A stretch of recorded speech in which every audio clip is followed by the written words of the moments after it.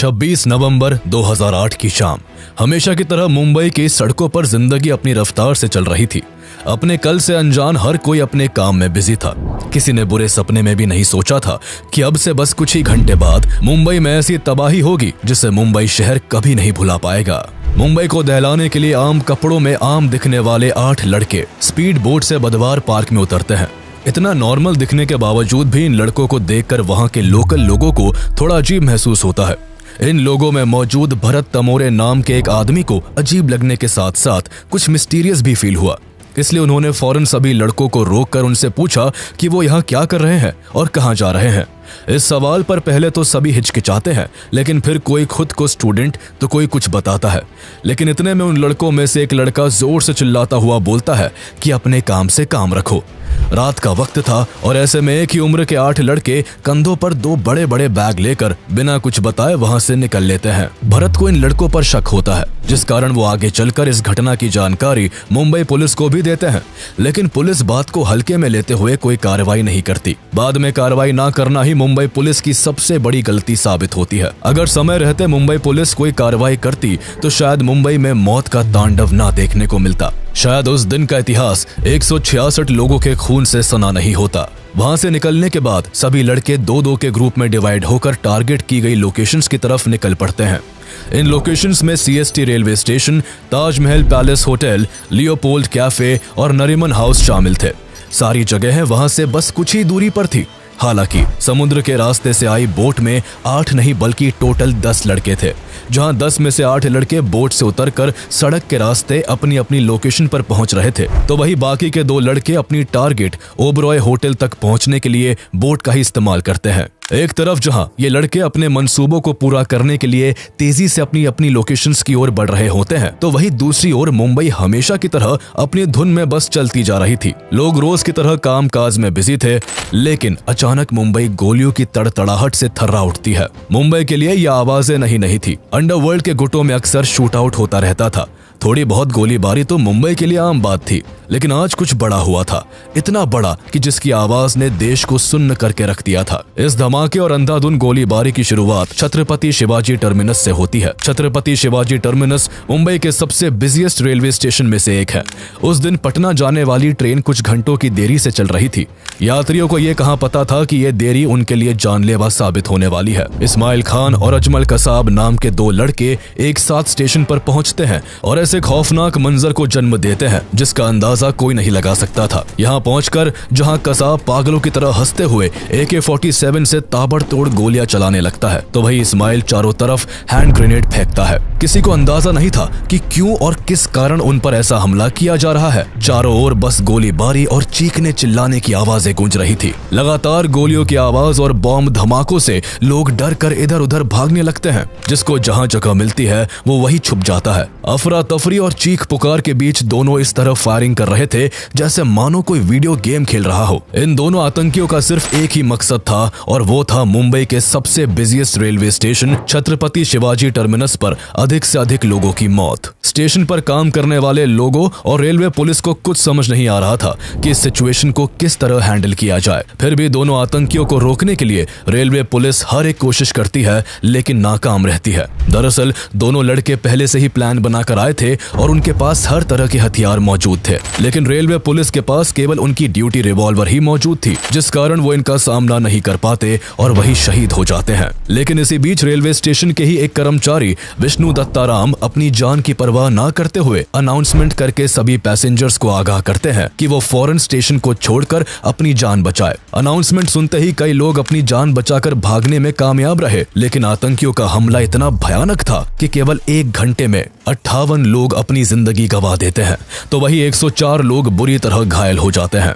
जब CST railway station पर गोलीबारी चल रही होती है, तभी मुंबई पुलिस को इस घटना की इन्फॉर्मेशन मिल जाती है। लेकिन इससे पहले कि पुलिस कोई एक्शन लेती, एक और खूनी खेल खेला जाता है और इस बार लोकेशन अलग थी। मुंबई के फेमस लियोपोल्ड कैफे में उन्हीं 10 में से 2 आतंकी शोएब और नाजिर एकदम सीएसटी रेलवे स्टेशन जैसी ही घटना को अंजाम देते हैं। लियोपोल्ड कैफे में अपनी शाम को हसीन बनाने में डूबे हुए लोगों को आने वाले पल की कोई खबर नहीं थी। पार्टियों में मशगूल लोगों में से किसी को भी अंदाजा नहीं था कि ये रात उनके लिए आखिरी रात साबित होगी। वो खुशी और जश्न के माहौल में खोए हुए थे कि तभी दो जवान लड़के हाथों में हथियार लिए कैफे में बैठे हर एक शख्स के खून के प्यासे बन जाते हैं। लियोपोल्ड कैफे मुंबई का एक बेहद जाना माना कैफे है, जहां लोगों की हमेशा भीड़ रहती है। इस कैफे पर फॉरेनर्स का भी हमेशा से आना जाना रहा है। कैफे की पॉपुलैरिटी और फॉरेनर्स की प्रेजेंस के कारण ही इस कैफे को टारगेट किया जाता है। दोनों आतंकी लियोपोल्ड कैफे में घुसते ही कई राउंड फायरिंग करते हैं। अचानक से की गई अंधाधुंध फायरिंग से कैफे में बैठे कई लोग चाहकर भी अपनी जान नहीं बचा पाते, जिस कारण इस हमले में कई विदेशी और भारतीय लोग मारे जाते हैं। मुंबई में लगातार 2 अटैक्स होने के बाद भी बात यहाँ नहीं थमती है। अभी तो बस शुरुआत हुई थी और अभी कई बड़े हमले बाकी थे, जिनमें सैकड़ों लोगों की जिंदगी जानी थी। लियोपोल्ड कैफे को टारगेट करने के बाद ये दोनों आतंकी ताज होटल की ओर अपना रुख करते हैं, जहां पहले से ही इनके 2 गैंग मेंबर पहुंच चुके थे। लगातार हो रहे अटैक से चैन की नींद सो रहे लोग जाग जाते हैं। लोगों को उनके घर में ही रहने की सलाह दी जाती है। सब कुछ इतना अजीब और तेजी से हो रहा था कि किसी को सोचने और संभलने तक का वक्त नहीं मिल पाता। हर गुजरते मिनट के साथ मीडिया में अटैक की न्यू हेडलाइन फ्लैश कर रही थी। चंद घंटों पहले शुरू हुआ ये हमला ऐसा विकराल रूप ले लेता है कि हर तरफ से सिर्फ गोलीबारी और बॉम्ब ब्लास्ट की खबरें ही सामने आ रही थी। अपनी तेजी के लिए मशहूर मुंबई कुछ समय के लिए रुक सा जाता है। शुरुआती दौर में मुंबई पुलिस को ये सब एक गैंग वॉर लगता है, लेकिन कुछ ही समय में पुलिस को भी समझ आ जाता है कि ये कोई गैंग वॉर नहीं बल्कि एक फुल्ली प्लान टेररिस्ट अटैक है। मुंबई में उस दिन एक ही समय पर कई जगह हमले हो रहे थे। जब सीएसटी स्टेशन और लियोपोल्ड कैफे में हमला हो रहा था, तभी आतंकियों का एक और ग्रुप ताज होटल को निशाना बना रहा था। ताज होटल पर अटैक की इतनी जबरदस्त प्लानिंग की गई थी कि जिस समय ताज होटल पर हमला किया जाता है उस समय होटल के मैक्सिमम रूम्स बुक थे। हमले के वक्त यूरोपियन पार्लियामेंट कमेटी के कई डेलीगेट्स भी होटल में मौजूद होते हैं। इत्तेफाक से उस दिन गौतम अडानी भी ताज होटल में ही मीटिंग कर रहे होते हैं। हालांकि अपनी मीटिंग खत्म करके जैसे ही अडानी बाहर की ओर जाने लगते हैं, वैसे ही उनकी टीम उन्हें एक और मीटिंग के बारे में इन्फॉर्म करती है, जिस कारण बाहर निकलने के बजाय वो वापस से मीटिंग रूम में चले जाते हैं। एक तरफ अडानी मीटिंग के लिए जाते हैं तो दूसरी ओर अब तक आतंकियों का तीसरा ग्रुप हाफिज और जावेद ताज होटल के मेन एंट्रेंस से होटल में घुस जाते हैं। उनके होटल में एंटर करते ही होटल ताज गोलियों की तड़तड़ाहट और बम के धमाकों से गूंज उठता है। जैसे ही अडानी की टीम को इस हमले के बारे में पता चलता है, अडानी को तुरंत किचन के जरिए बेसमेंट में ले जाया जाता है, जहां वो रात भर रहते हैं और सुबह उन्हें मार्कोस कमांडो सेफली रेस्क्यू कर लेते हैं। अडानी तो सेफ हो चुके थे, लेकिन अभी भी यहाँ हजारों लोगों की जान दांव पर लगी थी। दोनों आतंकी लगातार फायरिंग कर रहे थे। गोलीबारी की आवाज सुनकर हर तरफ डर का माहौल था। सबसे पहले इन दोनों आतंकियों ने मेन गेट पर ड्यूटी कर रहे गार्ड की हत्या कर दी।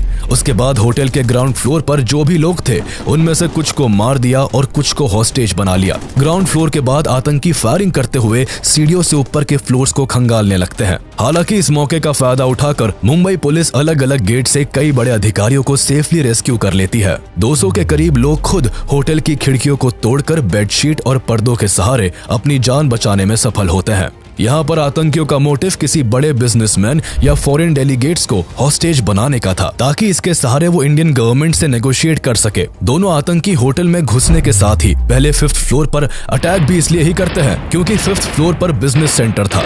उन्हें लगा था कि इस फ्लोर पर उन्हें कोई ना कोई बड़ा आदमी जरूर मिल जाएगा। हालांकि अगर गौतम अडानी को रेस्क्यू नहीं किया जाता तो इनके मंसूबे पूरे हो भी सकते थे। लेकिन 5th फ्लोर पर किसी बिग पर्सनैलिटी के ना मिलने पर दोनों आतंकी फायरिंग करते हुए 6th फ्लोर पर चढ़ जाते हैं और वहां अपना कंट्रोल सेंटर बनाने के लिए एक कमरा तलाशने लगते हैं। उनकी नजर रूम नंबर 520 पर पड़ती है, जो अंदर से बंद था। बहुत खटखटाने के बाद भी गेट नहीं खुलता तो आतंकी हथियारों से मारकर गेट खोल देते हैं और अंदर घुस जाते हैं। दरअसल उस कमरे में कॉर्पोरेशन बैंक के फॉर्मर चेयरमैन KR रामामूर्ति मौजूद थे।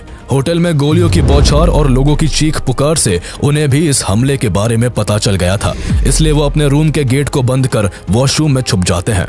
लेकिन कमरे का गेट खुलते ही उनकी धड़कनों की रफ्तार एकदम से तेज हो जाती है और जिसका डर था वही होता है। वॉशरूम में छुपे रामामूर्ति आतंकियों की नजर में आ जाते हैं, लेकिन आतंकी उनको मारने के बजाय उन्हें वही बंधक बना लेते हैं। ताज होटल पर अटैक के बीच ही विले पार्ले और वाड़ी बंदर में चलती टैक्सी में तेज आवाज के साथ बॉम्ब ब्लास्ट होता है और आसमान धुएं से भर जाता है। टैक्सी में ट्रैवल कर रहे सभी लोग मारे जाते हैं। बॉम्ब ब्लास्ट इतना जोरदार होता है कि आसपास की कई बिल्डिंग्स में आग लग जाती है और उससे भी कई लोगों की मौत हो जाती है। टैक्सी में बॉम्ब लगाने का काम भी उन 10 लोगों में से ही कुछ टेररिस्ट का होता है। दरअसल आतंकी फेमस और क्राउडेड जगहों को टारगेट तो कर ही रहे थे, इसके अलावा उनका टारगेट वो टैक्सी भी होती है जिनसे वो एक जगह से दूसरी जगह तक जा रहे थे। आतंकी टैक्सी में ट्रैवल करते समय ड्राइवर को बातों में उलझाकर उनमें बॉम्ब लगा देते और फिर खुद टैक्सी से उतर जाते। टैक्सी ब्लास्ट के जरिए भी वो मुंबई को दहला रहे थे। ताज होटल में जब दोनों आतंकी 6th फ्लोर पर अपना कंट्रोल रूम बना रहे थे, तभी उनके 2 और साथी नाजिर और शोएब भी ताज होटल पहुंच जाते हैं। होटल पहुंचते ही ये दोनों आतंकी पागलों की तरह अंधाधुंध फायरिंग करते हुए कई लोगों को मार देते हैं और 4 लोगों को हॉस्टेज बनाकर रूम नंबर 520 में ले जाते हैं। अब इस रूम में 4 आतंकी और 5 हॉस्टेजेस होते हैं। इस वक्त कोई आतंकी लगातार किसी से फोन पर आगे के हमले को लेकर बात कर रहा होता है, तो कोई आतंकी 5 बंधकों की आईडीज को गूगल पर सर्च करके ये ढूंढने की कोशिश में लगा होता है कि काश इनमें से कोई एक बड़ा आदमी हो जिसके जरिए भारत सरकार पर दबाव बनाकर नेगोशिएशन किया जा सके। लेकिन पकड़े हुए लोगों में कोई भी बड़ा नाम नहीं मिलने पर आतंकी कमरे की चादरों और पर्दों में आग लगा देते हैं और रूम को लॉक करके खुद बाहर आ जाते हैं।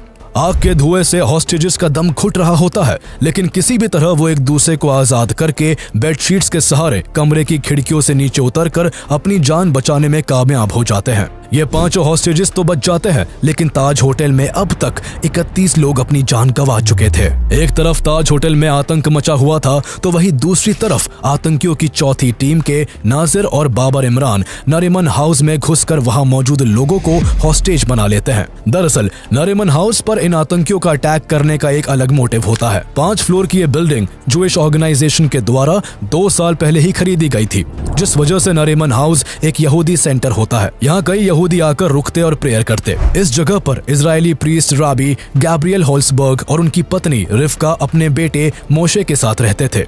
जूस सेंटर होने की वजह से आतंकियों का प्लान यहाँ पर किसी को मारने की बजाय उन्हें बंधक बनाने का होता है। उनका मोटिव था कि वो सभी इजरायली सिटीजन्स को हॉस्टेज बनाकर इजरायली गवर्नमेंट से नेगोशिएट करते, जिसके चलते इजराइल भारत पर अपने सिटीजन्स को बचाने के लिए दबाव बनाता। इस तरह आतंकियों का मकसद इजराइल और इंडिया के रिलेशन में फूट डालने का भी था। इसलिए दोनों आतंकी यहाँ रह रहे गैब्रियल और उनकी पत्नी रिफ्का पर इजराइल की एम्बेसी से बात करवाने के लिए प्रेशर बनाते हैं। लेकिन जब कोई बात नहीं बनती तो आतंकी फ्रस्ट्रेट होकर नरीमन हाउस को भी खून से रंग देते हैं। इस हमले में गैब्रियल और उनकी प्रेग्नेंट वाइफ समेत 9 लोग अपनी जान गंवा देते हैं। CST स्टेशन, लियोपोल्ड कैफे, ताज होटल, नरीमन हाउस और टैक्सी बॉम्ब ब्लास्ट्स। जहां इतना सब हो रहा था तो वही आतंकियों का 5वां ग्रुप अब्दुल रहमान और फहदुल्ला ओबरॉय होटल के पास बोट को समुद्र के किनारे लगाते हैं और होटल की लॉबी में अंधाधुंध फायरिंग करना शुरू कर देते हैं। यहाँ पर भी आतंकियों का अटैक का तरीका सेम होता है। ये दोनों आतंकी भी बाकी आतंकियों की तरह ओबरॉय होटल में गोलीबारी करते हैं। गोलियों की आवाज से कई लोग जैसे तैसे बचकर वहां से निकल जाते हैं, लेकिन इस दौरान आतंकी होटल के 2 स्टाफ मेंबर जॉर्डन और प्रदीप को बंदी बना लेते हैं। आतंकी पहले जॉर्डन को पकड़कर उसे फोर्स करते हैं कि वो फर्नीचर और पर्दों पर अल्कोहल डालकर उनमें आग लगाए, लेकिन ऐसा करते हुए जॉर्डन के हाथ कांपने लगते हैं, जिसे देखकर एक आतंकी गुस्से में आ जाता है और जॉर्डन को गोली मार देता है। जॉर्डन के मरते ही आग लगाने का काम प्रदीप को सौंपा जाता है। प्रदीप मौत के डर से जैसे तैसे वहां मौजूद पर्दों और फर्नीचर में आग लगा देता है। इसके बाद प्रदीप से VIP लोगों के बारे में आतंकी पूछताछ करते हैं। यहाँ प्रदीप चालाकी दिखाते हुए बताता है कि VIPs ऊपर वाले फ्लोर पर होंगे, इसलिए लिफ्ट से जाना पड़ेगा। प्रदीप और दोनों आतंकी लिफ्ट की तरफ बढ़ते हैं। लिफ्ट के खुलते ही प्रदीप आतंकियों को चकमा देकर अकेला लिफ्ट में घुस जाता है और नीचे जाने का बटन दबाकर लिफ्ट को बंद कर देता है। ये सब इतना अचानक से हुआ था कि आतंकियों को कुछ समझ नहीं आया, लेकिन इस चकमे से आतंकी बहुत गुस्से में आ जाते हैं और पहले लिफ्ट और फिर चारों तरफ पागलों की तरह फायरिंग करने लगते हैं। इस हमले में 30 से ज्यादा लोग अपनी जान गंवा देते हैं। एक ही दिन एक ही वक्त पर अलग अलग जगह से अटैक्स की खबर सुनकर महाराष्ट्र पुलिस क्लूलेस हो जाती है। कुछ देर के लिए उन्हें समझ ही नहीं आता कि उन्हें क्या करना चाहिए। हालांकि गोलीबारी की सूचना पाते ही मुंबई ATS के हेड हेमंत करकरे जल्द ही अपनी टीम तैयार कर आतंकियों का पीछा करते हैं। वो पहले CST रेलवे स्टेशन पहुंचते हैं, पर वहां तब तक खून का खेल खेला जा चुका था। तभी उन्हें फोन पर पता चलता है कि 2 आतंकी बंदूकें लेकर कामा हॉस्पिटल के पास वाली गली में देखे हैं। ये क्लू मिलते ही हेमंत करकरे अपनी गाड़ी को कामा हॉस्पिटल की तरफ मोड़ देते हैं।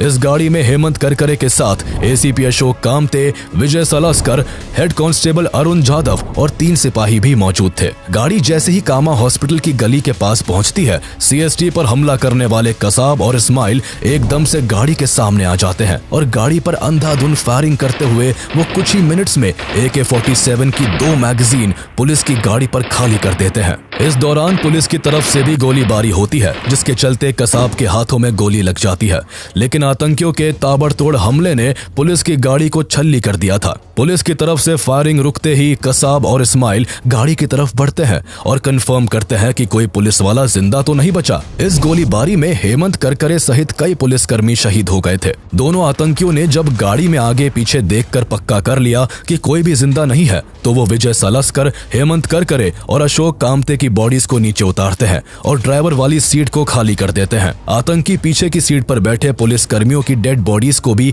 गाड़ी से उतारना चाहते थे, लेकिन पीछे का डोर ना खुलने की वजह से टाइम ना वेस्ट करते हुए वो आगे वाली सीट पर बैठकर गाड़ी को लेकर वहां से मालाबार हिल की तरफ निकल जाते हैं। हालांकि गोलीबारी के कारण गाड़ी की हालत काफी खराब हो जाती है। गाड़ी के टायर्स में गोली लगने की वजह से कुछ दूर चलते ही गाड़ी पंचर हो जाती है। दोनों आतंकी गाड़ी को चेंज करने का सोचते हैं कि तभी उन्हें सामने से एक स्कोडा गाड़ी आती हुई दिखाई पड़ती है। दोनों गाड़ी से उतरते हैं और बंदूक के दम पर स्कोडा को रोककर उसे अपने कब्जे में ले लेते हैं और मालाबार हिल की तरफ बढ़ जाते हैं। इस वक्त 2 चीजें अच्छी हुई। एक तो आतंकी स्कोडा कार में बैठी फैमिली को मारना भूल जाते हैं और दूसरा ये कि आतंकियों का ध्यान नहीं जाता कि जिस पुलिस कार में बैठकर वो यहाँ तक आए थे, इसके पीछे की सीट पर हेड कांस्टेबल अरुण जाधव अभी भी जिंदा थे। उनके बस कंधे पर गोली लगी थी और वो मरने का नाटक करते हुए पूरे रास्ते इस्माइल और कसाब की बातें सुनते हुए आए थे। इसलिए आतंकियों ने जैसे ही पुलिस की गाड़ी को खाली किया, अरुण जाधव ने फौरन पुलिस कंट्रोल रूम को फोन करके आतंकियों की डायरेक्शन और डेस्टिनेशन के बारे में इन्फॉर्म कर दिया। ये खबर मिलते ही मुंबई में हाई अलर्ट जारी कर दिया जाता है। सड़क पर जगह जगह बैरिकेडिंग लगा दिए जाते हैं और इन बैरिकेडिंग के साथ पुलिस फोर्स भी जगह जगह पर तैनात हो जाती है। पुलिस के हरकत में आने के कारण अब चारों तरफ से दोनों आतंकी पुलिस वालों से घिर जाते हैं। भागने का एक भी मौका ना देख वो बैरिकेड तोड़ने की कोशिश करते हैं। एकदम से दोनों तरफ से ताबड़तोड़ फायरिंग होने लगती है, लेकिन पुलिस के आगे दोनों आतंकी कहीं नहीं टिक पाते। जब आतंकियों की तरफ से गोली चलना बंद हो जाती है तो पुलिस को उनके मर जाने का आभास होता है, लेकिन किसी की हिम्मत नहीं होती कि कोई आगे बढ़कर आतंकियों की मौत की पुष्टि कर सके। ऐसे में पुलिस कर्मियों की भीड़ को चीरते हुए assistant sub inspector Tukaram Omble आगे आते हैं और सबसे बहादुरी का काम करते हैं। वो अनार्म्ड होते हुए भी आतंकियों की ओर बढ़ते हैं, लेकिन उनके पास पहुंचते ही एक आतंकी उठ खड़ा होता है और जैसे ही वो गोली चलाने के लिए बंदूक आगे करता है, तुकाराम बंदूक को कसकर पकड़ लेते हैं और इंश्योर करते हैं कि आतंकी भाग ना पाए। उनके इस एक्शन से आतंकी गुस्से में 23 गोलियां उनके शरीर में दाग देता है, जिस कारण तुकाराम ओम्बले वहीं पर शहीद हो जाते हैं। हालांकि शहीद तुकाराम ओम्बले का बलिदान व्यर्थ नहीं जाता। जहां एक आतंकी पहले ही मारा जा चुका था, तो वहीं उनकी बहादुरी के कारण दूसरे आतंकी को जिंदा पकड़ लिया जाता है। पकड़े गए आतंकी का नाम कसाब था, जो बाद में इन्वेस्टिगेशन के लिए बहुत काम आता है। लेकिन अभी भी 8 आतंकी बाकी थे जो मुंबई में आतंक मचा रहे होते हैं। इनके अगले एक्शंस के बारे में जानने से पहले ये जानते हैं कि आखिर ये अटैक्स हुए ही क्यों, ये अटैक्स किसने करवाए और कौन इन सभी हमलों का मास्टरमाइंड था। दरअसल 6 दिसंबर 1992 को बाबरी मस्जिद डेमोलिशन के बाद भारत दंगों की आग में चल रहा था। ऐसे में कई इस्लामिक टेररिस्ट ग्रुप भारत पर अटैक करने की फिराक में थे। इन अटैक्स का पहला एग्जाम्पल 12 मार्च 1993 को देखने को मिलता है, जब मुंबई में एक के बाद एक पूरे 12 बॉम्ब ब्लास्ट होते हैं, जिनमें 257 लोगों की जान चली जाती है और 1000 से ज्यादा लोग घायल हो जाते हैं। इन अटैक्स की छानबीन के समय पता चलता है कि धमाकों में यूज किया गया RDX मुंबई में समुद्री रास्तों से लाया गया था। इस कारण समुद्र की सिक्योरिटी टाइट कर दी जाती है और कोस्ट गार्ड के द्वारा मुंबई के कोस्टल एरियाज की लगातार हेलीकॉप्टर और शिप्स के जरिए पेट्रोलिंग की जाती है। लेकिन अचानक से 2006 में इस पेट्रोलिंग को नेवी की तरफ से रोक दिया जाता है। नेवी के इस फैसले के कारण भारत के खिलाफ साजिश कर रहे टेररिस्ट ग्रुप्स को भारत पर अटैक करने का एक अच्छा मौका मिल जाता है। भारत को इस बात की भनक भी नहीं थी कि पाकिस्तान में बैठा लश्कर-ए-तैयबा का लीडर हफीज सईद भारत पर एक ऐसा अटैक प्लान कर रहा है जो पूरी दुनिया का ध्यान खींच ले। इससे पहले भी कई बार हाफिज सईद भारत में कई अटैक्स करवा चुका था, लेकिन इस बार बड़े धमाके के लिए उसे कुछ ऐसे लोगों की तलाश थी जो इस काम में उसका साथ दे सके। इत्तेफाक से ऐसे समय में उसकी मुलाकात दाऊद सईद गिलानी से होती है, जो अमेरिका में रहकर ड्रग्स के बिजनेस का काम करता था और इस काम के चलते कई बार जेल भी जा चुका था। दाऊद गिलानी के पिता सैयद सलीम गिलानी एक पाकिस्तानी डिप्लोमेट थे और माँ एलिस सिरिल हेडले अमेरिकन थी। इस वजह से अपीयरेंस में दाऊद बिल्कुल किसी फॉरेनर की तरह दिखता था। इस खास अपीयरेंस की वजह से ही हाफिज सईद दाऊद का इस्तेमाल किसी खास मकसद के लिए करना चाहता था। 2001 से ही हाफिज सईद लगातार दाऊद गिलानी के टच में रहा और अपना मंसूबा पूरा करने के लिए 2002 में हाफिज सईद दाऊद को दावत के बहाने पाकिस्तान बुलाता है। दोनों जब मिलते हैं तो हाफिज दाऊद को अपना प्लान बताता है। हालांकि अभी वो क्लियरली अपना पूरा प्लान दाऊद के सामने अनफोल्ड नहीं करता, पर वो इतना बता देता है कि उसे ये लड़ाई कश्मीर के लिए लड़नी है। दाऊद हाफिज सईद से काफी इन्फ्लुएंस होता है और प्लान के लिए राजी हो जाता है। दाऊद को ट्रेनिंग के लिए कई बार पाकिस्तान बुलाया जाता है और मल्टीपल मीटिंग्स के बाद उसे लश्कर-ए-ताइबा के फॉरेन रिक्रूटमेंट विंग में ट्रांसफर कर दिया जाता है। पूरी ट्रेनिंग के बाद लश्कर-ए-ताइबा दाऊद को रिवील करता है कि अभी उसकी जरूरत कश्मीर के लिए नहीं बल्कि मुंबई के लिए है। लेकिन इसकी तैयारी के लिए सईद दाऊद को पहले यूएस लौटकर अपनी आइडेंटिटी को बदलने के लिए कहता है। दाऊद यूएस लौटकर अपनी मदर की आइडेंटिटी को यूज कर दाऊद सईद गिलानी से डेविड कोलमैन हेडली बन जाता है। यह सब करने में पाकिस्तान की आईएसआई दाऊद की हेल्प करती है। अटैक करने से पहले भारत आकर मुंबई की उन सभी लोकेशंस की डिटेल में जानकारी लेना जरूरी था, जिसके लिए डेविड हेडली को मुंबई कई बार आना पड़ता। इसलिए डेविड हेडली बन चुका दाऊद गिलानी अपने स्कूल फ्रेंड तहव्वुर हुसैन राना से कोऑर्डिनेट करता है। दरअसल तहव्वुर राना पहले पाकिस्तान आर्मी में डॉक्टर था, लेकिन बाद में एक कैनेडियन लेडी से शादी करके 1997 में कनाडा चला जाता है और वहां काफी लंबे समय से अपनी वीजा कंसल्टेंसी कंपनी चला रहा होता है। दाऊद गिलानी तहव्वुर के साथ एक प्लान बनाता है और उसकी वीजा कंसल्टेंसी कंपनी की एक ब्रांच मुंबई में ओपन कर देता है ताकि उसे बार बार मुंबई आने जाने में कोई परेशानी ना हो। प्लान के मुताबिक दाऊद इस पूरे काम को अंजाम देता है और उसके फॉरेनर लुक और यूएस पासपोर्ट होने की वजह से मुंबई में कोई उस पर शक भी नहीं करता। इस तरह वो कई बार मुंबई आता है और समुद्र के रास्ते किन किन फेमस जगहों पर आकर अटैक किया जा सकता था, ऐसी हर एक जगह की जानकारी लश्कर-ए-ताइबा को देता है। दूसरी तरफ पाकिस्तान में बैठा हाफिज सईद मिल रही हर इंफॉर्मेशन की मदद से मुंबई पर अटैक करने की प्लानिंग करता रहता है। अटैक की प्लानिंग हो जाने के बाद उसे एग्जीक्यूट करने के लिए कुछ लड़कों की जरूरत थी जो मुंबई जाकर इस प्लान को सफल बनाते। इसलिए देर न करते हुए हाफिज सईद लड़कों के सिलेक्शन और ट्रेनिंग का काम ज़कीउर रहमान लखवी को सौंपता है। लखवी इस काम में अपने साथ जरार शाह, अबू काफा और अबू हमजा को भी शामिल करता है। ये लोग ऐसे नौजवान लड़कों की तलाश करते हैं जो घर से भागे हुए हो या जिनकी शादी ना हुई हो, ताकि उन लोगों के आगे पीछे कोई ना हो और आसानी से मजहब और जिहाद की आड़ में इनका ब्रेन वॉश किया जा सके। काफी खोजबीन के बाद 32 लड़कों को सिलेक्ट किया जाता है। शुरुआत में सिलेक्ट किए गए सभी लड़कों को बताया जाता है कि उन्हें कश्मीर को आजाद कराने के लिए चुना गया है।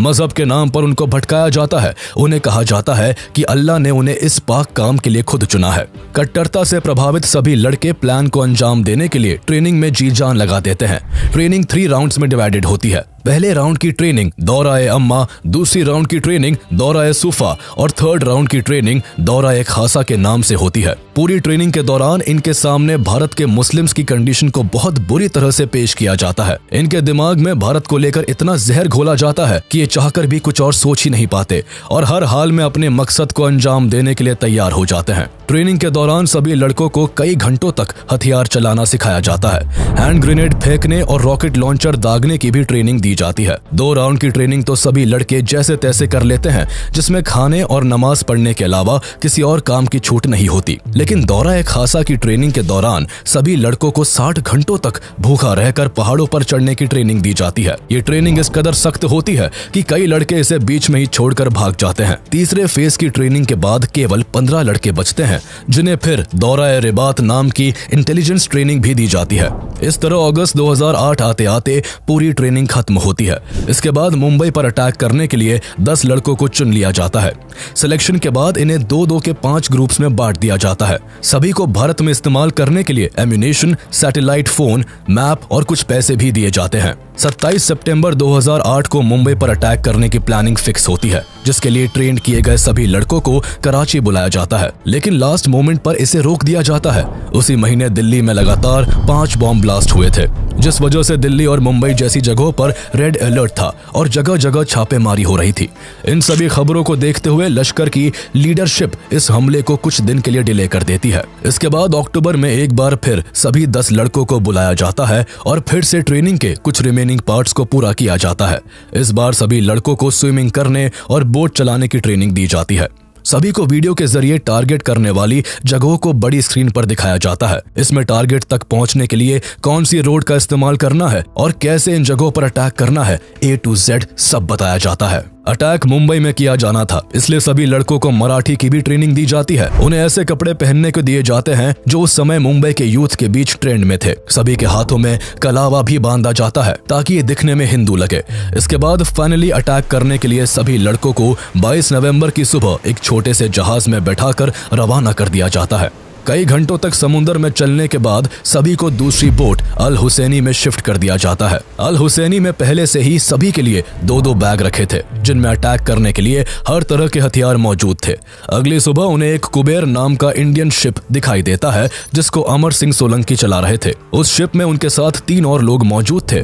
यहाँ पर आतंकी अपना जहाज खराब होने का बहाना बनाकर कुबेर में बैठे लोगों से मदद की गुहार लगाते हैं, लेकिन जैसे ही जहाज पास आता है वैसे ही सभी लड़के कुबेर पर मौजूद तीनों लोगों को मारकर कैप्टन अमर सिंह को मुंबई की तरफ जहाज को चलाने के लिए फोर्स करते हैं। जैसे ही जहाज मुंबई के नजदीक आता है आतंकी अमर सिंह को भी मार देते हैं और शिप को लेकर 26 नवंबर की शाम तक मुंबई के किनारे तक पहुंच जाते हैं। इसके बाद ये 10 आतंकी मुंबई में किस तरह आतंक मचाते हैं ये तो हम जान ही चुके हैं, लेकिन इन टेररिस्ट अटैक को रोकने और हॉस्टेजेस को रेस्क्यू करने के लिए भारत सरकार क्या एक्शन लेती है ये जानने से पहले ये बताते चले कि 26/11 के अटैक से कुछ दिन पहले ही यूएस ने लश्कर ताइबा के अल हुसैनी शिप के कोऑर्डिनेट्स भारत सरकार को प्रोवाइड किए थे। इसके बावजूद इंडियन अथॉरिटीज ने न तो कोऑर्डिनेट्स की हेल्प से अल हुसैनी शिप को ट्रैक किया और न ही कोई एक्शन लिया।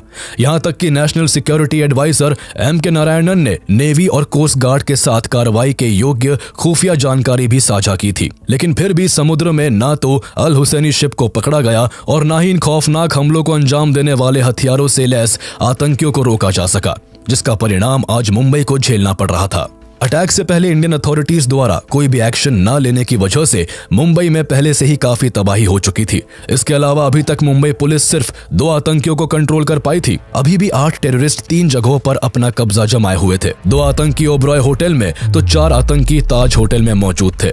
वही 2 आतंकी नरीमन हाउस को अपने कंट्रोल में किए हुए थे। कसाब के पकड़े जाने और ताज होटल, नरीमन हाउस और ओबरॉय होटल में हो रहे लगातार धमाकों के बाद आखिरकार महाराष्ट्र गवर्नमेंट फुल्ली एक्टिव होती है। सबसे पहले महाराष्ट्र गवर्नमेंट सेंट्रल गवर्नमेंट से हेल्प मांगती है। न्यू दिल्ली से NSG कमांडोज को तैयार किया जाता है, लेकिन NSG को टाइम से एयरक्राफ्ट नहीं मिल पाने की वजह से उन्हें मुंबई आने में समय लगने वाला था। इसलिए काउंटर अटैक करने और सिचुएशन को संभालने का जिम्मा मार्कोस को दिया जाता है। मार्कोस यानी मरीन कमांडोज को अनजान जगहों पर शानदार ऑपरेशंस के लिए जाना जाता है। ये कमांडोज हर तरह के हथियारों को चलाने में फुल्ली ट्रेंड होते हैं, इसलिए इस टेरर अटैक को हैंडल करने के लिए मार्कोस को बुलाया जाता है। लेकिन काफी लेट इन्फॉर्मेशन मिलने की वजह से मार्कोस को अटैक वाली जगहों पर पहुंचने में कई घंटों की देरी हो जाती है।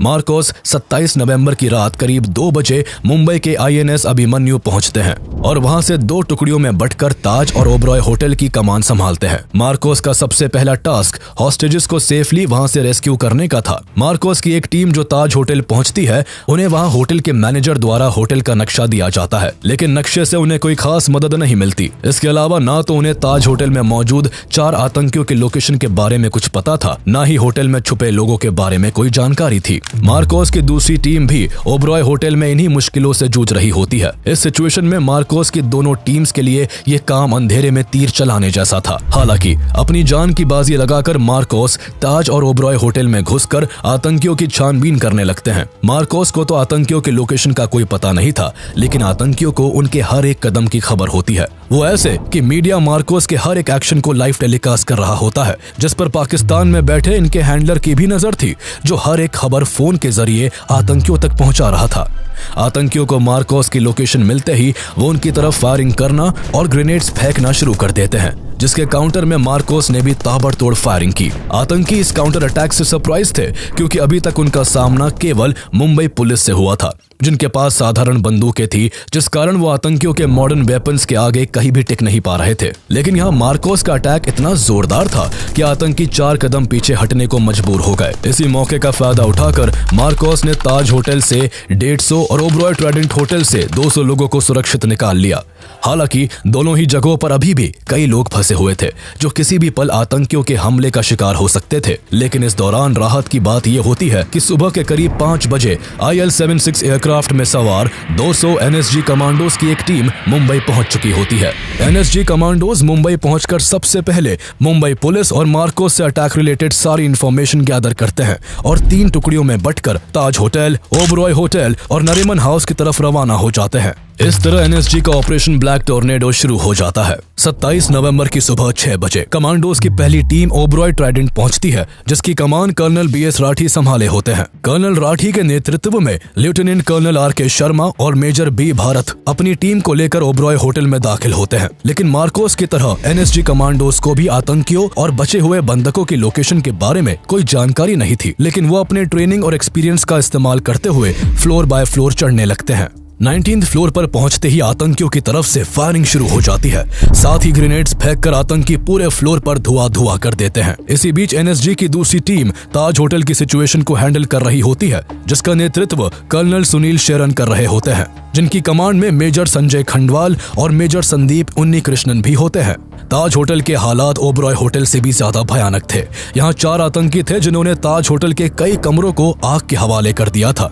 ताज होटल आग की लपटों में जल रहा था और इसी आग और धुएं की वजह से कई फ्लोर्स पर कमांडोज का सांस लेना भी मुश्किल हो जाता है। ऐसे में आतंकियों को ढूंढकर खत्म करने और होटल में फंसे हुए लोगों को बचाने के लिए NSG को रीग्रुप होना पड़ा। 51 स्पेशल एक्शन ग्रुप के 10 कमांडोज की टीम को लीड कर रहे मेजर संदीप उन्नीकृष्णन ने होटल की सेंट्रल स्टेयरकेस के जरिए चढ़कर टेररिस्ट पर अटैक करने का प्लान बनाया। प्लान के मुताबिक जब कमांडोज सेंट्रल स्टेयरकेस से ऊपर चढ़ने लगे, तभी घात लगाए बैठे आतंकियों ने अंधाधुंध फायरिंग करना शुरू कर दिया, जिससे 7 गोलियां कमांडो सुनील कुमार चौधा को लगी और वो बुरी तरह घायल हो गए। आतंकी उन पर और हमला करते इससे पहले ही सुनील को कवर देते हुए संदीप उन्नीकृष्णन और उनकी टीम ने आतंकियों पर काउंटर अटैक कर दिया। जब आतंकी थोड़ा पीछे हटे तो संदीप ने टीम से सुनील को जल्द से जल्द फर्स्ट एड देने के लिए कहा और अकेले ही सीढ़ियों पर चढ़ गए। संदीप ने जाते हुए पीछे मुड़कर अपनी टीम से कहा, मेरे पीछे मत आना, मैं संभाल लूंगा। इतना कहकर वो ऊपर चढ़ गए। संदीप और चारों आतंकियों के बीच ताबड़तोड़ गोलीबारी शुरू हो गई। अकेले संदीप उन्नीकृष्णन आतंकियों से ऐसा भिड़े कि चारों आतंकी होटल के नदन एंड के कॉर्नर में छिपने को मजबूर हो गए। लेकिन इस मुठभेड़ में संदीप पर भी गोलियों की बौछार हुई थी, जिस कारण दुश्मनों को मार गिराने की कोशिश में उन्हें अपने प्राण न्यौछावर करने पड़े। इसी दौरान 20 NSG कमांडोज की तीसरी टीम 27 नवंबर की शाम करीब 5:30 बजे नरीमन हाउस की लोकेशन पर पहुंच चुकी होती है। कमांडोज बिल्डिंग में ग्राउंड फ्लोर में घुसने की बहुत कोशिश करते हैं, लेकिन वहां मौजूद दोनों आतंकी नीचे से ऊपर जाने के सारे एंट्री पॉइंट्स को हथगोलों से तबाह कर चुके थे। ऐसे में NSG बिल्डिंग में छत के ऊपर से घुसने का प्लान बनाते हैं। अगले दिन 28 नवंबर की सुबह 7:30 बजे नरीमन हाउस की छत पर हेलीकॉप्टर से कमांडोज को एयर ड्रॉप किया जाता है। इसी बीच मीडिया कमांडोज के हर एक्शन की एक फोटो और वीडियो को लाइव टेलीकास्ट कर रहा था, जिससे कमांडोज की हर एक्टिविटी का पाकिस्तान में बैठे हैंडलर्स को टीवी के जरिए पता चल रहा होता है। हैंडलर्स कमांडोज की हर एक एक्टिविटी की खबर फोन से आतंकियों तक पहुंचा रहे थे। नरीमन हाउस में छुपकर बैठे दोनों आतंकियों ने कमांडोज की लाइव अपडेट मिलते ही उन पर ग्रेनेड्स फेंकना और फायरिंग करना शुरू कर दिया, जिसका निशाना कमांडो गजेंद्र सिंह बिश्त बने और वो वही शहीद हो गए। ओबरॉय ट्राइडेंट होटल, ताज होटल और नरीमन हाउस तीनों ही लोकेशंस पर कमांडोज काफी मुश्किलों का सामना कर रहे होते हैं। आतंकी चूहे की तरह बिलों में छिपकर बैठे थे और लगातार छिपकर हमला कर रहे थे।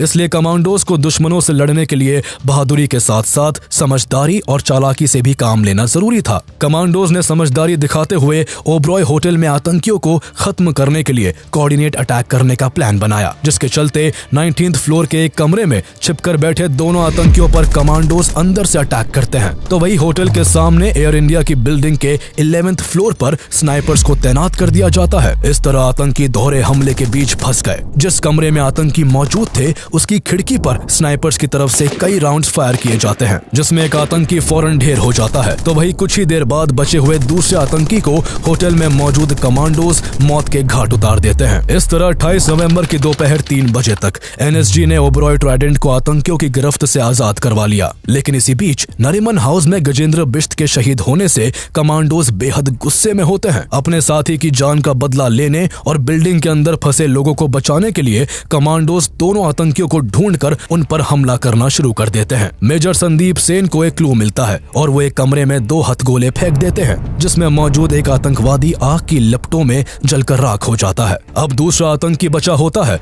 पर उसके पास भी बचने का कोई मौका नहीं होता। सभी बचे हुए हॉस्टेजेस को बाहर निकालकर नरीमन हाउस के अंदर कई हथगोले फेंके जाते हैं, जिनकी चपेट में आकर दूसरा आतंकी भी वही मरकर ढेर हो जाता है। ओबरॉय ट्राइडेंट होटल और नरीमन हाउस अब सेफ थे, लेकिन ताज होटल में अभी भी कोहराम मचा होता है। मेजर संदीप के शहीद होने से निराश कमांडोज को अपने कर्तव्य का पालन करने और मेजर संदीप के हथियारों से बदला लेने के लिए एनएसजी चीफ जेके दत्त कमांडोज में फिर से जोश भर देते हैं। मेजर खंडवाल और उनके कमांडोज आतंकियों की खोज में होटल के चप्पे चप्पे को छानने लगते हैं।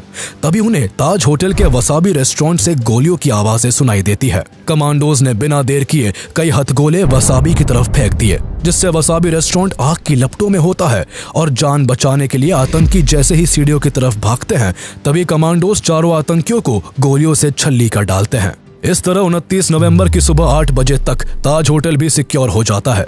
10 में से 9 आतंकी मारे जा चुके थे और एक आतंकी अजमल कसाब को जिंदा पकड़ा जा चुका था। 26 नवंबर की शाम को शुरू हुआ ये मौत का खेल 29 नवंबर की सुबह खत्म हुआ। इस अटैक में 166 बेकसूर लोग मारे गए, जबकि 300 से ज्यादा लोग गंभीर रूप से घायल हुए। 60 घंटों तक सांस रोककर बैठी मुंबई आखिरकार राहत की सांस लेती है। लेकिन 10 लड़कों का मुंबई में घुसकर ऐसी खौफनाक घटना को अंजाम देना भारत के लिए एक बड़ा इंटेलिजेंस फेलियर था। इस घटना ने भारत सरकार को अपनी सुरक्षा को लेकर सोचने के लिए फिर से मजबूर कर दिया। इस पूरी घटना के बाद भारत समेत पूरी दुनिया में काफी वक्त तक हलचल रही। जहां वर्ल्ड मीडिया में इस आतंकी हमले की निंदा हो रही थी, तो वहीं महाराष्ट्र में मंत्रियों के इस्तीफों का दौर जारी था। महाराष्ट्र के मुख्यमंत्री विलासराव देशमुख, उप मुख्यमंत्री आर पाटिल और देश के गृह मंत्री शिवराज पाटिल अपने पदों से इस्तीफा दे देते हैं। इंडियन शेयर मार्केट क्रैश कर चुका होता है। मुंबई में फिल्मों की शूटिंग रोक दी जाती है और इंग्लैंड क्रिकेट टीम भारत से ऑनगोइंग टेस्ट मैच छोड़कर वापस इंग्लैंड लौट जाती है। वही भारत की जनता इस हमले के लिए पाकिस्तान से बदला लेने के लिए भारत सरकार से अपील करती है। प्रधानमंत्री मनमोहन सिंह पाकिस्तान के खिलाफ एक्शन लेने के लिए भारतीय सेनाओं के अध्यक्षों के साथ लगातार मीटिंग्स करते हैं। पहले गुप्त तरीके से पाकिस्तान में घुसकर लश्कर ए तैयबा के सेंटर को तबाह करने का विचार बनाया जाता है। फिर एयरफोर्स के जरिए हवाई हमलों से पाकिस्तान के आतंकी संगठनों को उड़ाने के बारे में सोचा जाता है, लेकिन अंत में कोई भी ऑपरेशन न करने का फैसला लिया जाता है। इस दौरान पाकिस्तान पहले इस अटैक में अपनी इन्वॉल्वमेंट को लेकर साफ इनकार करता है, लेकिन बाद में कई फोन रिकॉर्डिंग्स और पकड़े गए आतंकी अजमल कसाब के बयान से जब साफ होता है कि 10 आतंकवादी लश्कर ए तैयबा के थे और हमले के दौरान उन्हें पाकिस्तान में बैठे उनके हैंडलर्स से इंस्ट्रक्शंस मिल रहा था, तो भारत सरकार और यूएन के दबाव में पाकिस्तान की तरफ से लश्कर ए तैयबा और जमात उद दावा के कुछ लोगों को गिरफ्तार किया जाता है। साथ ही अमेरिका भी दाऊद सईद गिलानी और तहव्वुर हुसैन राना को इस हमले का दोषी मानते हुए अरेस्ट कर जेल में डाल देता है। भारत इस आतंकी हमले का बदला तो नहीं लेता, लेकिन आतंकवाद पर लगाम कसने के लिए भारत सरकार द्वारा 31 दिसंबर 2008 को नेशनल इन्वेस्टिगेशन एजेंसी को स्टैब्लिश किया जाता है। एनआईए को भारत में टेररिस्ट एक्टिविटीज को इन्वेस्टिगेट करने का काम सौंपा जाता है। इसके अलावा एनएसजी के सेंटर्स को बढ़ाने का काम भी किया जाता है। मुंबई, चेन्नई और कोलकाता के साथ साथ कई जगहों पर एनएसजी के सेंटर्स खोले जाते हैं, जिससे कमांडोज बिना किसी देरी के हमले वाली लोकेशन पर पहुंचकर सिचुएशन को संभाल सके। इसके अलावा आतंकवादी अजमल कसाब पर कई सालों तक ट्रायल चलता है, जिसके चलते पाकिस्तान के लश्कर ए तैयबा और इस अटैक्स को लेकर कई राजों का खुलासा होता है। ट्रायल के दौरान सैकड़ों बेकसूरों की जान लेने वाला आतंकी कसाब अपनी जान की भीख मांगता रहा, लेकिन इस अटैक के survivor head constable Arun Jadhav की गवाही की बदौलत 2010 में कसाब को फांसी की सजा देने का फैसला होता है और फाइनली 21 नवंबर 2012 को पुणे की जेल में कसाब को फांसी दे दी जाती है। उसकी मौत के साथ ही इस हमले के आखिरी आतंकवादी को भी मिट्टी में मिला दिया जाता है।